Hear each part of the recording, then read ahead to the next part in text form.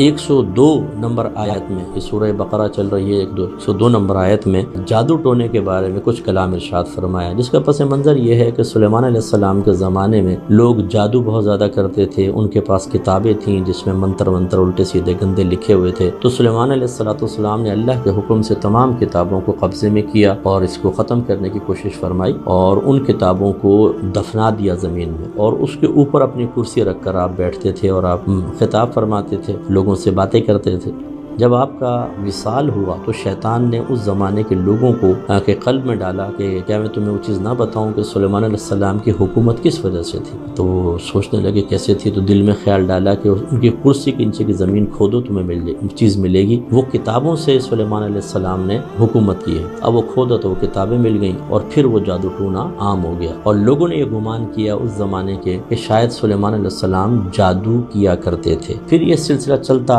آیا حتیٰ کہ نبی کریم صلی اللہ علیہ وسلم کے دور کے جو یہود تھے وہ بھی وہ منتر جادو ٹونے، اور ان کے ہاں بھی بعض میں معروف تھا کہ سلیمان علیہ السلام کی حکومت انہی جادو ٹونے اور منتروں کے اوپر مشتمل تھی اور ٹکی ہوئی تھی۔ تو اللہ تعالیٰ نے یہ آیات نازل فرمائے۔ اچھا، جو اس زمانے میں جادو تھا وہ دو طرح کا تھا، ایک کلمات کفر و شرک پر مشتمل تھا، یہ تو کفر تھا، جو اختیار کرے وہ کافر۔ دوسرا وہ تھا جو کفریات پر تو مشتمل نہیں تھا لیکن ضرر والا تھا، میاں بیوی میں جدائی کروا دینا، کسی کو تباہ کرنے کی کوشش کرنا، اس طرح کا تھا۔ تو اس کو دونوں کو منع فرمایا، آج بھی یہ دونوں منع ہیں، لیکن اگر کوئی کلمات کفر و شرک والا منتر پڑے گا یا دیگر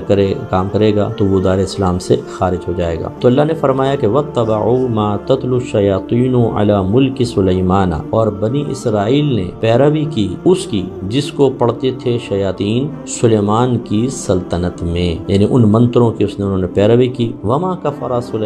سلیمان نے کفر نہیں کیا، یعنی وہ جادو ٹونے میں ملوث نہیں تھے، یہ غلط کہہ رہے ہیں، وَلَكِنَّ الشَّيَاطِينَ كَفَرُوا، اور لیکن شیاطین نے کفر کیا، يُعَلِّمُونَ النَّاسَ السِّحْرَ، وہ لوگوں کو جادو سکھاتے تھے، وَمَا أُنزِلَ، اور وہ بھی جو نازل کیا گیا علی الملکین، دو فرشتوں پر، ببابل، بابل میں، ہاروت و ماروت، یعنی ہاروت اور ماروت دو فرشتوں پر۔ تو اللہ تعالیٰ نے بطور آزمائش دو فرشتے نازل کیے تھے، اور یہ لوگوں کو وہ چیز سکھاتے تھے جو کفر نہیں تھی لیکن اس میں ضرر کا پہلو بھی تھا، تو یہ اللہ کی طرف سے ایک بطور آزمائش تھی، اللہ کا حکم تھا کہ یہ سکھا دیے جائیں اور سمجھایا جائے کہ اس کو صرف پازیٹیو یوز کر سکتے ہو، نیگیٹو نہیں کر سکتے۔ تو یوں آگے اللہ نے بیان فرمایا کہ وما يعلمان من احد، اور یہ دونوں نہیں سکھاتے تھے کسی ایک کو، حتی یقولا، یہاں تک کہ کہہ دیتے تھے کہ انما نحن فتنۃ، کہ محض ہم تو ایک آزمائش ہیں، فلا تکفر، تو تم کفر نہ کرنا، فیتعلمون منہما ما یفرقون به بین المرء وزوجہ، تو یہ بنی اسرائیل سیکھتے تھے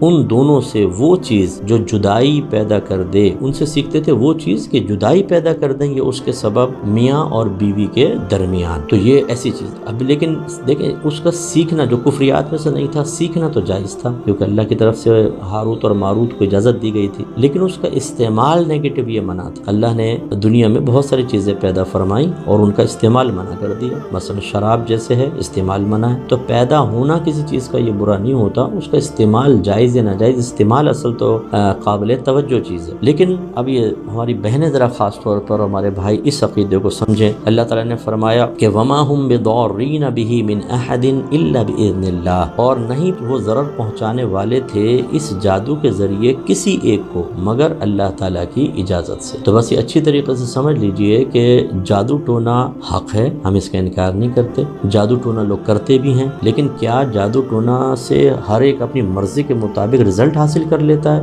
ایسا بالکل نہیں ہوتا، کوئی گھبرانے کی ضرورت نہیں، اللہ تعالیٰ چاہے گا تو کوئی آزمائش آپ کی طرف متوجہ ہوگی، ورنہ کوئی آزمائش متوجہ نہیں ہو سکتی ہے، یہی اللہ تعالیٰ نے بیان فرمایا۔ اور اچھی طرح یاد رکھیں کہ بعض اوقات جادو ٹونا اور اللہ کا فیصلہ ازلی میں موافقت پیدا ہو جاتی ہے، اصل میں کام اللہ تعالیٰ کی طرف سے ہوتا ہے، آزمائش اللہ کی طرف سے ہوتی ہے، ہم اس کی طرف منسوب کر دیتے ہیں۔ اس کو یوں سمجھ لیں کہ اللہ تعالیٰ نے ارادہ فرمایا کہ ایک شخص شخص کی شادی 30 سال سے پہلے نہیں ہوگی اور وہ 20-22 سال سے کوشش کر رہا ہے شادی بیاہ کے لیے، رشتے نہیں لگ رہے، اور ایک آدمی نے جادو کروا دیا اسی شخص کے اوپر کہ اس کا نکاح ہی نہ ہو، اب وہ جو رشتہ آ رہا ہے ریجیکٹ ہو رہا ہے، جو رشتہ آ رہا ہے ریجیکٹ ہو رہا ہے، تو یہ جادو ٹونا کرانے والا خوش ہوتا ہے کہ شاید میں نے اس کا رشتہ روک دیا۔ ارے بھائی آپ بندش نہیں کر سکتے، وہ تو اللہ تبارک و تعالیٰ کا فیصلہ ازلی ہے کہ 30 سال تک اس کی شادی نہ ہو، اور یہی وجہ ہے کہ جب 30 سال ہوئے مثلاً فوراً شادی ہو جاتی ہے۔ پھر کہاں گے تمہارا جادو ٹونا؟ اگر جادو ٹونے اتنے ہی اثر انداز ہوتے کہ اللہ کی مرضی ہو یا نہ ہو اثر کریں، تو میں آپ سے پوچھتا ہوں کہ کوئی آپ کو بیمار کیوں کرے گا؟ جو دشمن ہے وہ آپ کو مارے گا کیوں نہیں؟ آپ کی ٹانگیں کیوں نہیں توڑے گا؟ آپ کو اندھا کیوں نہیں کرے گا؟ تو یوں ہم نہیں سوچتے کہ یار اگر کسی نے کروانا ہی ہے تو ہمیں تو تباہ کرے گا۔ یہ کیا